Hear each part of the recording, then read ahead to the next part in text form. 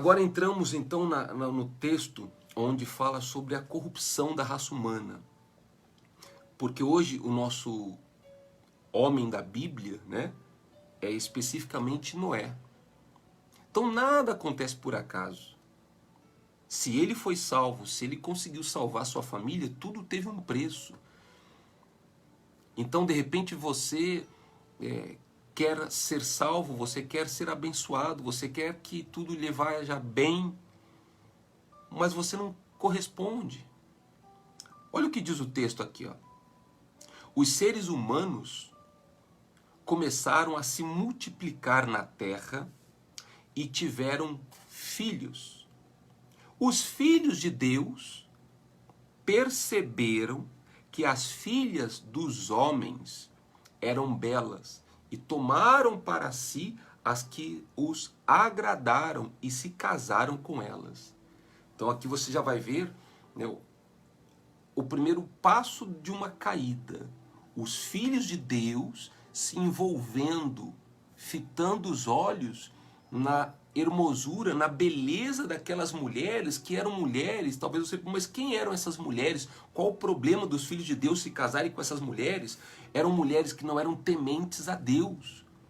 Voltando um pouco, como, por exemplo, as egípcias, que eram pessoas idólatras e tudo isso. Então, o Senhor disse, olha o que Deus disse: o meu espírito não tolerará os humanos por muito tempo, pois são apenas carne mortal. Os seus dias serão limitados a 120 dias. Ou perdão, a 120 anos.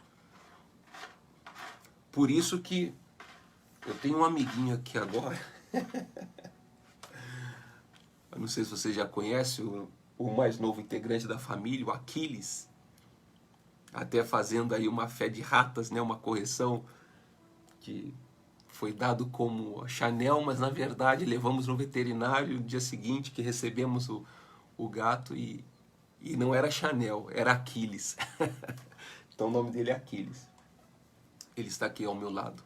Mas, então só retomando aqui o texto, então você veja que Deus, ele ficou... Olha quem está aqui. Olha quem está aqui. Está interrompendo aqui a nossa live. Você quer ficar aqui com a gente? Isso aqui é o Aquiles. Fala oi aqui para as pessoas. Olha que coisa linda, né? Criação de Deus também. Muito bem, então, você veja no versículo 3 de capítulo 6 de Gênesis, diz assim: então o Senhor disse, o meu espírito não tolerará os humanos por muito tempo, pois são apenas carne mortal. Naqueles dias, naqueles dias e por algum tempo depois havia na terra gigantes, pois quando os filhos de Deus tiveram relações com as filhas dos homens, elas deram à luz a filhos e se tornaram os guerreiros mais famosos da antiguidade. O Senhor observou quanto havia aumentado a perversidade dos seres humanos na terra e viu que todos os seus pensamentos e os seus propósitos eram sempre inteiramente maus. Olha que triste. Deus olhando, né, os seres humanos num geral e vendo que os pensamentos eram maus, os propósitos dos seres humanos eram maus, eram perversos. E você há de convir comigo que hoje nós não vivemos algo diferente sobre isso. Nós vemos que existe uma perversidade, uma maldade, uma malignidade no ser humano. E algo que me surpreendeu, que vai surpreender você no texto mais abaixo, a perversidade, a maldade do ser humano está desde a infância. Está aqui escrito. Por isso que lá no Novo Testamento a gente aprende com o apóstolo Paulo que o Espírito milita contra a carne. E a carne milita contra o Espírito. Existe um conflito interno dentro de cada um de nós. No versículo 6, o Senhor se arrependeu de tê-los criado e colocado na terra. Isso lhe causou imensa tristeza. Imagine a situação, Deus se arrependeu de ter criado o ser humano. Isso sim, é muito triste. Deus se arrependeu de ter criado o ser humano. Eu estou explicando dessa maneira para você entender o porquê do dilúvio. Para você entender que Deus não é mau. Mau somos nós. Mau é o ser humano que desobedece a Deus. Diz aqui o texto no versículo 7, ó, o Senhor disse: eliminarei da face da terra esta raça humana que criei, sim, e também destruirei todos os seres vivos, pessoas e animais. Arrependo-me de tê-los criado. Olha quem está aqui. Arrependo-me de tê-los criado.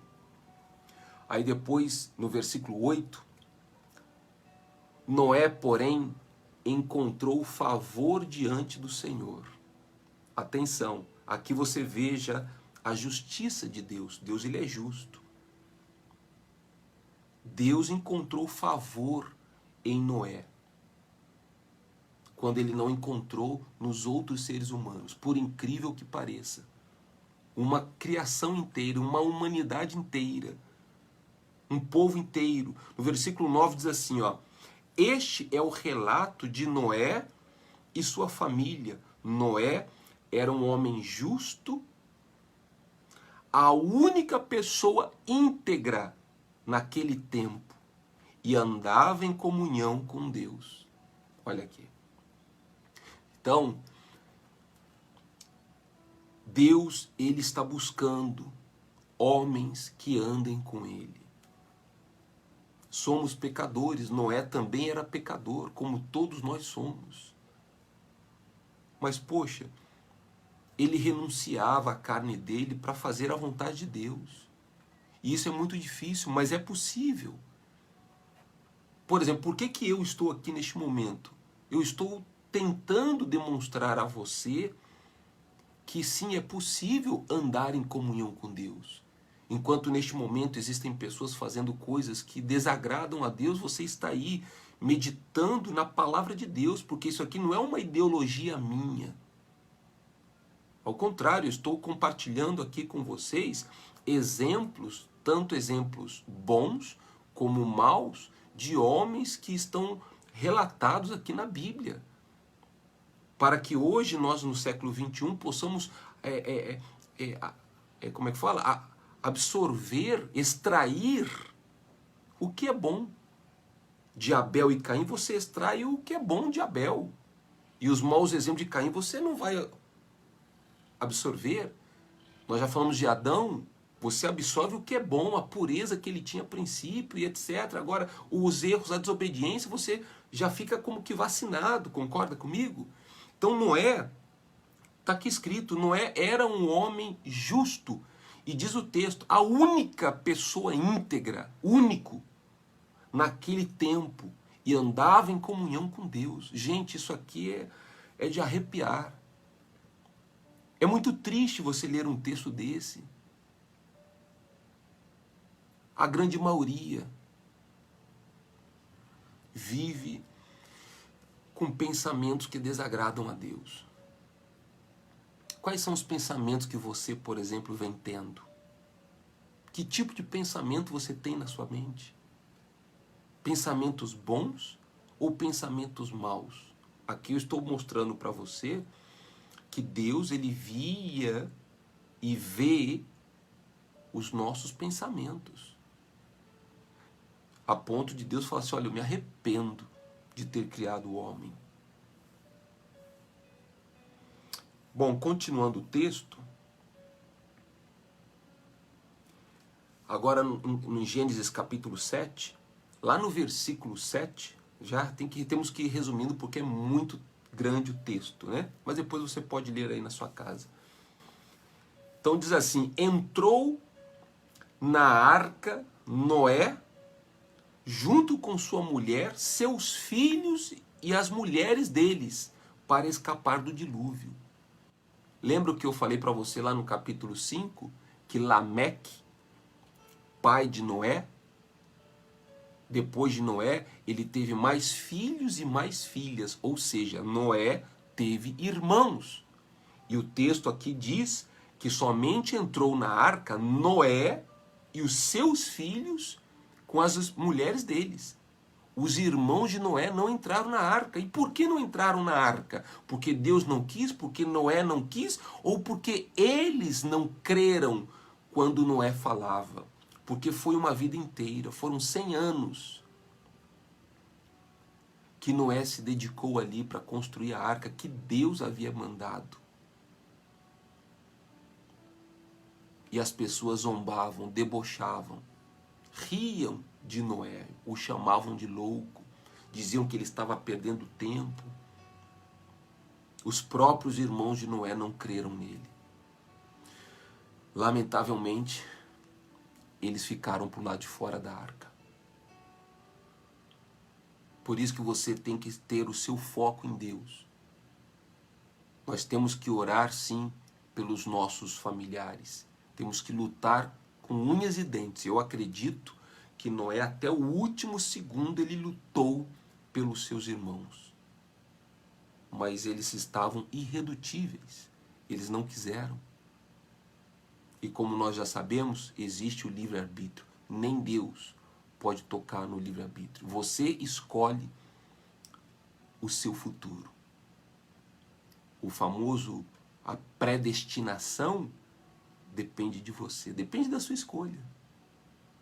Pastor Luiz, qual vai ser o meu destino? Revela aí para mim qual será o meu destino. É muito simples. O seu destino dependerá das suas escolhas. Está aqui. Somente entrou, capítulo 7, verso 7. Entrou na arca Noé junto com a sua esposa, seus filhos e as mulheres deles, para escapar do dilúvio. Lá no versículo 23, já resumindo, Deus exterminou todos os seres vivos que havia na terra, os seres humanos e os animais. Todos. Aves que se arrastejavam, todos. Todos foram destruídos. Diz assim o texto, ó, apenas Noé e os que estavam com ele na arca sobreviveram. Por exemplo, essa live, eu posso dizer, isso aqui é uma arca. Se você está aí ligado conosco, se você está aí em concordância, dizendo, poxa Deus, tenha misericórdia de mim também, que os meus pensamentos sejam bons, que o meu procedimento seja bom aos teus olhos a partir de agora, como foi Noé. Então, a sua comunhão com Deus pode ajudar na salvação da sua família. Agora, com todo respeito, se nem você anda em comunhão com Deus, o que você espera da sua família? Então, no versículo, em Gênesis 8, né, já para finalizar, diz assim, lá no verso 20, depois do dilúvio, diz assim, verso 20. Em seguida, Noé construiu um altar ao Senhor e ali ofereceu como holocaustos alguns animais puros. Então você veja que, né, o amor de Noé por Deus sempre foi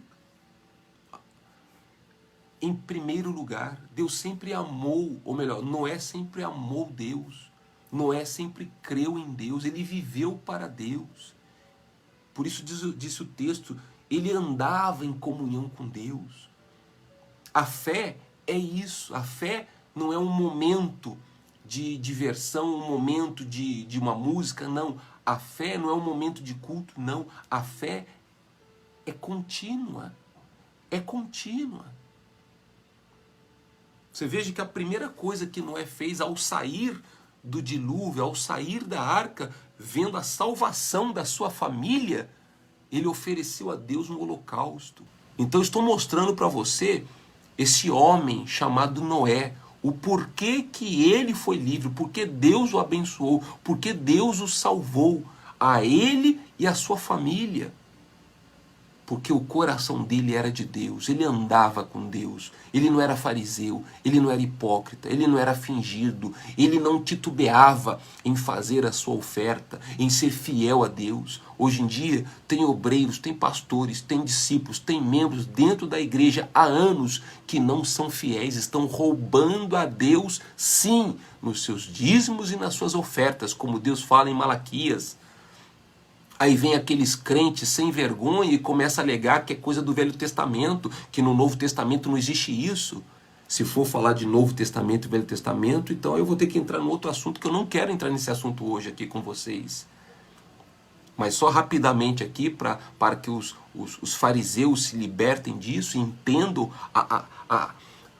a seriedade do que é você oferecer a Deus a sua oferta, a sua fidelidade. Jesus, ele sempre jejuou. Porque os crentes falam, não, Jesus já morreu na cruz, então Jesus já fez, já sacrificou, Jesus é o sacrifício perfeito, aquela conversa de crente, né, de cristão que não gosta de obedecer, né? Aqueles que gostam de arrancar a página da Bíblia, sabe como é que é, né? Aqueles que gostam de fazer o famoso sistema religioso. Ele quer ser crente do jeito dele. Ele pega uma palavra, né, um texto fora de um contexto inteiro, e você sabe que vira um pretexto. É isso que vem acontecendo. Porque se Jesus é o sacrifício, já foi o sacrifício perfeito, é muito simples resolver isso. Então, se for assim, você não precisa jejuar, porque Jesus jejuava. Você não precisa perdoar também, porque Jesus já perdoou, não é verdade? Então você não precisa perdoar. Para quê? Está vendo a incoerência dos cristãos hoje em dia? Mas eu não vou entrar nesse assunto agora. Então, meus queridos, para você que está em conexão conosco, Noé, em Gênesis 8, 20, em seguida Noé construiu um altar ao Senhor e ali ele ofereceu como holocausto alguns animais e aves puros para Deus. E no verso 21, olha o resultado. O aroma do sacrifício agradou ao Senhor, que disse consigo, olha o que Deus disse consigo. Deus, ele sente o aroma da sua oferta, do seu sacrifício, da sua fidelidade. Está aqui escrito, disse consigo, nunca mais amaldiçoarei a terra por causa do ser humano. Embora, olha o que Deus fala, embora todos os seus pensamentos e os seus propósitos se inclinem para o mal desde a infância. Meu Deus do céu. Os pensamentos e os propósitos do ser humano se inclinam para o mal desde a infância. É por isso que você vê crianças, ela é pura. Mas você já percebeu que ao mesmo tempo que a criança ela é pura, ela tem uma maliciazinha? Você já percebeu isso? Pois bem, é bíblico. É bíblico. O ser humano, está aqui, ó, se inclina para o mal. Por isso que lá no Novo Testamento diz assim, ó, aquele que pensa que está de pé, cuide para não cair. Então, meus queridos, eu quero concluir esse assunto aqui de Noé com você e deixar bem claro que a sua comunhão com Deus, não a sua religiosidade, não o seu título, seu status, não é teologia, não é certificado na parede, não é tempo de igreja, não é você ser um pregador, nada disso. O segredo é você viver em comunhão com Deus, andar com Deus. Assim você pode garantir a sua salvação e a salvação da sua família.